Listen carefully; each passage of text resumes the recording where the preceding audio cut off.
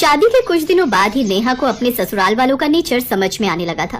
ससुराल में सास ससुर जेठ जेठानी ननद देवर, नेहा का पति और नेहा खुद। सुबह के नाश्ते से लेकर रात के खाने तक की सारी तैयारी नेहा की जेठानी वर्षा ही करती थी। एक सुबह जब वर्षा अकेली ही रसोई में नाश्ता बना रही थी, तब नेहा उसके पास गई। क्या बना रहे हो भाभी? बहुत अच्छी खुशबू आ रही है। आलू के पराठे बना रही हूँ। सबका मन था आज आलू के पराठे खाने का। मैं तुम्हें भी गर्मा गर्म नाश्ता परोस देती हूँ, तुम बाहर डाइनिंग टेबल पर सबके साथ बैठो। अरे भाभी, सबने नाश्ता कर लिया है, हम दोनों साथ में करेंगे। आप मेरा और अपना एक साथ बना लो, और मैं भी आपकी मदद करती हूँ। बस हम दोनों का ही तो नाश्ता रह गया है, बाकी सबने तो शायद कर लिया है। अभी नेहा ने बोला ही था कि तभी बाहर से नेहा की सास आशा की आवाज आ जाती है। अरे वर्षा, अभी चकला बेलन समेटा तो नहीं? विक्की एक आलू का पराठा और मांग रहा है। भाभी, मेरा भी एक लास्ट पराठा बना देना। बहुत टेस्टी पराठे बनाए आज आपने। नेहा, मैंने आटा फ्रिज में रख दिया था, आलू तो बाहर ही है, जरा निकाल देना, 2 पराठे और बेल लेती हूँ। जी भाभी, ये आखिरी पेड़ा बचा आटे का, ये भी बेल ही लेती हूँ। तभी ननद रसोई में आ जाती है। भाभी, ये आखिरी पराठा मुझे ही दे दो, पता नहीं आज आपके आलू के पराठों से पेट ही नहीं भर रहा। और बिना ये देखे कि आलू के पराठे कितने हैं, वो अपने लिए एक्स्ट्रा पराठा और लेकर चली गई। नेहा, बस थोड़ा सा वेट करना पड़ेगा तुम्हें। वैसे 2 बने हुए, तुम खाओ तो खा लो, मैं थोड़ा सा आटा और गूंथ लेती हूँ, पराठे कम पड़ गए हैं। भाभी, आलू भी तो नहीं है, एक काम करो, आलू के 2 पराठे है ना, आप एक खा लेना, एक मैं, बाकी 2 नमक मिर्च के बना लो। मुझे तो नमक मिर्च के पराठे अचार के साथ बहुत अच्छे लगते हैं। अब तो मैं आपके साथ ही नाश्ता करूंगी। नेहा के इतने मिलनसार नेचर को देखकर वर्षा मुस्कुरा देती है। इतनी देर में नेहा अपने और वर्षा के लिए चाय भी बना लेती है। वर्षा बहुत थकी हुई थी, क्योंकि वो बहुत देर से रसोई में खड़ी होकर गर्मी में पराठे बना रही थी। ये पराठों का सिलसिला सिर्फ नाश्ते तक ही सीमित होगा, ऐसा नेहा ने सोचा था। पर नेहा के ससुराल वालों को नाश्ते के अलावा दोपहर में भी, रात में भी पराठों की एक अलग ही हुड़क रहती थी। रात को जब सब डिनर करने के लिए बैठे तो वर्षा और नेहा दोनों रसोई में खाना बना रही थी। वर्षा ने नेहा को खाना सर्व करने के लिए बोल दिया और खुद रोटी सेकने लगी। नेहा सबको रोटी सर्व कर रही थी। अरे नहीं भाभी, वर्षा भाभी को बोलना वो मेरे लिए जो नमक में अजवाइन डालकर पराठा बनाती है ना, वो लास्ट में एक बना देंगी। रोटी के बाद लास्ट में पराठा बहुत अच्छा लगता है, और उनको बोलना ऊपर थोड़ा बटर भी लगा देंगी। पराठे का तो मेरा भी बहुत मन है नेहा, वर्षा भाभी को कहना कि मेरे लिए भी एक पराठा बना देंगी। वैसे एक बात को नेहा भाभी, वर्षा भाभी के हाथ के पराठे तो हम डेली खाते हैं, एक लास्ट में पराठा अगर आपके हाथ का मुझे मिल जाए ना, मजा ही आ जाएगा। हाँ हाँ, क्यों नहीं, मैं बना देती हूँ। नेहा रसोई में जाती है और वर्षा के साथ मिलकर पराठे बनाने लगती है। लाओ, मैं दे आती हूँ। वर्षा नेहा के हाथ का बना पराठा अंजू को दे देती है। मम्मी, नेहा भाभी ने तो बहुत टेस्टी पराठा बनाया, मजा आ गया खाकर, देखो भैया। हाँ सचमुच वर्षा भाभी, एक लास्ट पराठा मेरे लिए भी बोल दो ना नेहा भाभी को, वो मेरे भी बिल्कुल सेम ऐसे ही बना देंगी। अब तुम सब इतनी तारीफ कर रहे हो नेहा के हाथ के पराठों की, तो वर्षा नेहा को बोलो मेरे लिए भी एक पराठा बना देगी। वैसे मैं भी सारा खाना खा चुका था, पर आप सबको देखकर मेरा भी मन ललचा रहा है। वर्षा भाभी, नेहा को बोलो ना एक पराठा मेरे लिए भी बना देगी। पापा, आप खाओगे क्या? तुम सब एक लास्ट में पराठा खा रहे हो तो मैं क्यों पीछे रहूं, नई बहू के हाथ का पराठा खाने से। हाँ आज तो पूरा खाना खत्म होने के बाद भी नेहा बहू के हाथ के पराठों की दावत खा रहे हो तुम सब। वो आखिरी पराठा खत्म ही होने का नाम नहीं ले रहा था। रोजाना ही ऐसा होने लगा। जब भी रसोई में वर्षा और नेहा खाना बनाने खड़ी होती, तो आखिरी पराठा बनाने की डिमांड शुरू हो जाती। एक दिन नेहा के सब्र का बांध टूट गया। नेहा और उसकी जेठानी वर्षा रसोई में व्यस्त थी। वर्षा पराठे बना रही थी, जबकि नेहा चाय और बाकी तैयारी में मदद कर रही थी। घर के सभी सदस्य डाइनिंग टेबल पर बैठे थे और एक एक कर अपनी फरमाइशें कर रहे थे। अरे बहू, एक और पराठा बना दो। हाँ भाभी, मेरे लिए भी एक और पराठा, बस ये आखिरी। नेहा सुनो, मेरा भी एक और बना दो, आखिरी बस। भाभी, मैं भी बस एक और लूंगा लास्ट।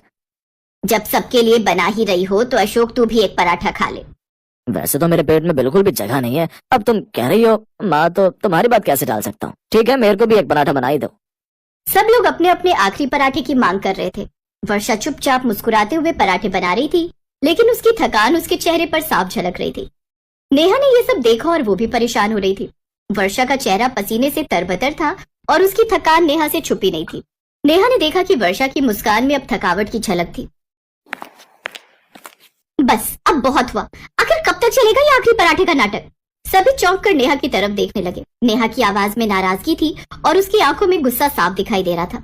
माँ जी, मैं समझती हूँ कि आप सबको गर्मा गर्म पराठे चाहिए, लेकिन आपको लगता है कि ये बस एक पराठा बनाना है? आपके लिए तो एक और आखिरी पराठा मांगना आसान है, लेकिन जो बना रहा है उसके बारे में तो सोचिए। नेहा, इसमें इतना गुस्सा होने की क्या बात है? एक पराठे की तो बात थी, इसमें इतनी बड़ी क्या बात हो गई जब तुम बात का बतंगड़ बना रही हो? बात एक पराठे की नहीं है माँ जी, ये आखिरी पराठा कभी खत्म ही नहीं होता। हर बार जब एक आखिरी पराठा बनाने की मांग की जाती है तो वो बनाने वाले की मेहनत को भी तो देखना चाहिए। एक दिन की बात होती तो ठीक था, लेकिन ये रोज रोज का सिलसिला है। अरे भाभी, आप इतनी छोटी सी बात पर इतना क्यों परेशान हो रही हैं?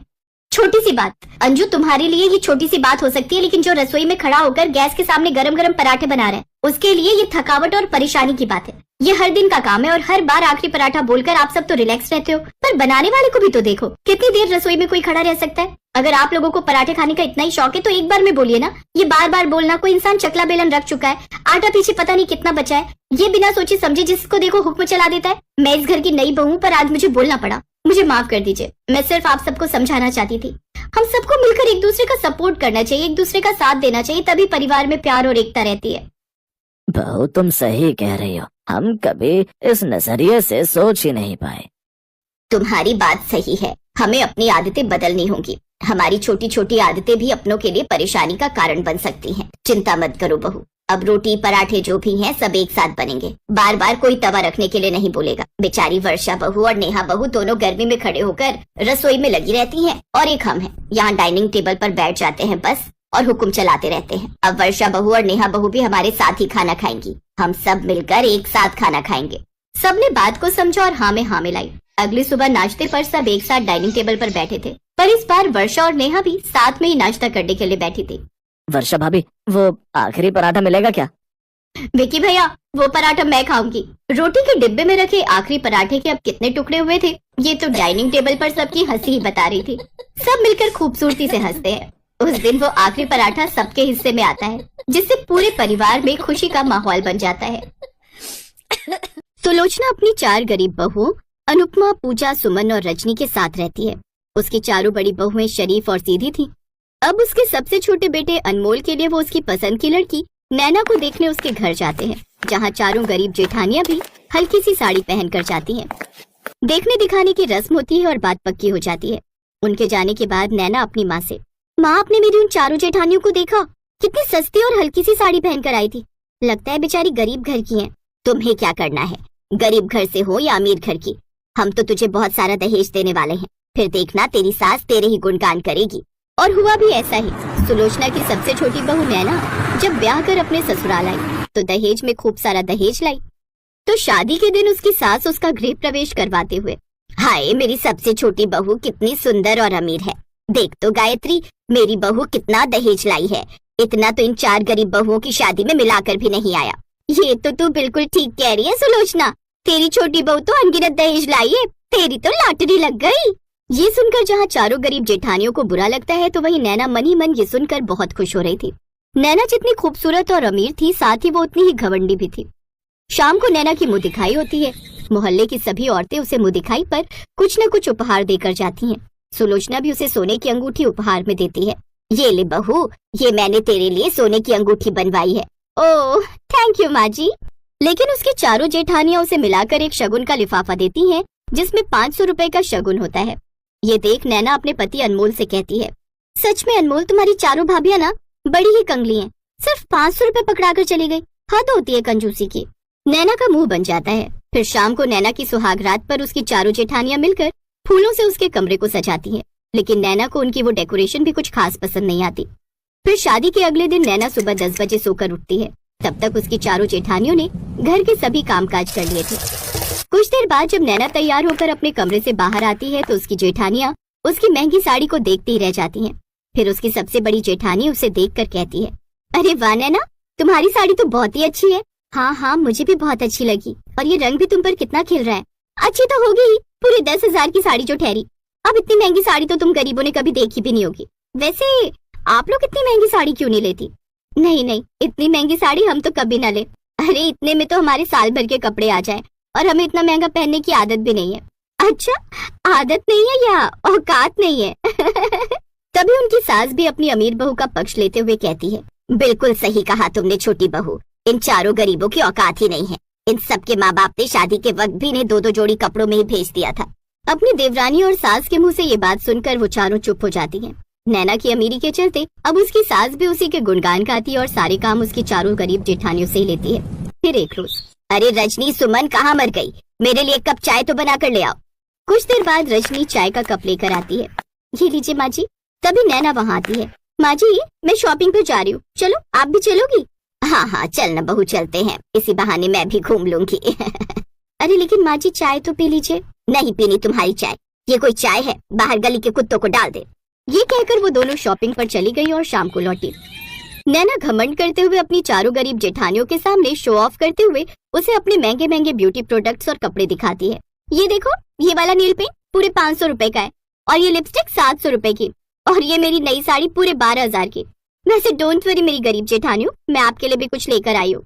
ये कहकर नैना बैग में रखी 200 रुपए वाली 4 साड़ियाँ उन चारों को लाकर देती है। ये लो, ये सब आपके लिए। इतनी सस्ती सी साड़ियाँ देखकर उन चारों को थोड़ा अजीब लगता है। ये साड़ी, हाँ जो आपकी औकात है उस हिसाब से ये सही है। नैना उन चारों को बहुत सुनाती है।